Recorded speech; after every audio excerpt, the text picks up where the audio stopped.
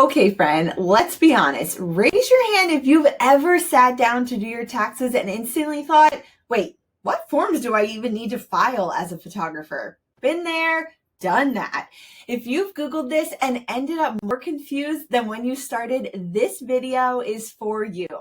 Today, we're walking through the exact tax form photographers need to know about, whether you're a sole proprietor, LLC, or just starting out.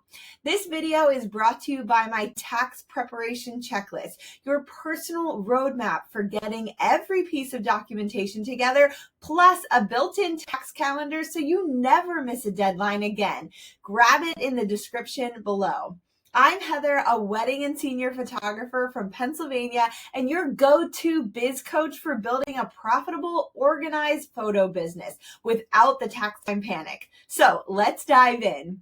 If you're a sole proprietor or just running your business under your own name, then you'll report your business income and expenses on your personal tax return. The two big forms to know here are Form 1040. This is your standard individual tax return. Everyone files this one. Now, the Schedule C is the other form that you should know. This is where you report your business income and expenses. You'll list how much you made, subtract your expenses, and calculate your net profit, which then carries over to your 1040. Now, here's a quick tip. Your net profit from Schedule C is what determines how much you owe in your self-employment tax. Now, if you've set up an LLC or are taxed as an S corporation, things change just a little bit. If you're a single member LLC taxed as a sole proprietorship, you'll still file a Schedule C with your personal return. But if you've elected to be taxed as an S corp, you'll need to file Form 1120S. Your business's separate tax return, and you will issue yourself a W-2 as an employee. That return is actually due March 15th, a full month earlier than personal returns. So make sure you mark your calendar if this is you. Now, the next question you need to ask yourself is, did you pay a second shooter or a contractor more than $600 this year? If so, you need to send them a Form 1099-NEC by January 31st. And to get the information you need for that form, you're going to need to send them a W-9 before that to fill out so that you can then fill out the 1099-NEC.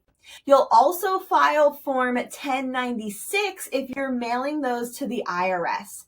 Now, here's a pro tip. Collect your W-9s from anyone you plan to pay early in the year. This makes tax time way less stressful because you already have that piece and you only need to do the Form 1099-NEC part of it.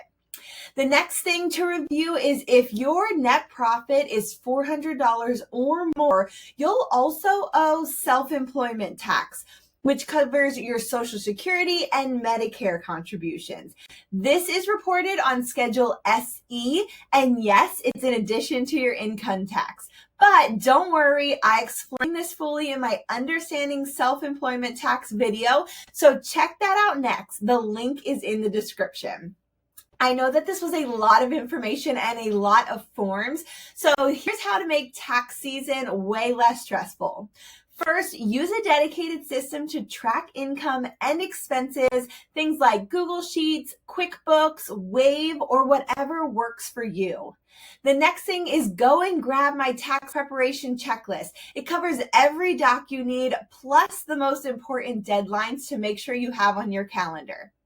The third thing is save receipts throughout the year. That is both digitally and physically so that you have them if you would ever need to prove anything. And lastly, set calendar reminders. The first one is for January 31st so that you make sure you get those 1099 sent in on time.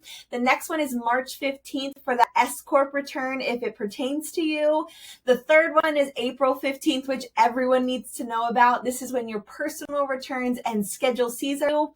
And then lastly, your quarterly estimated tax deadlines for April, June, September, and January.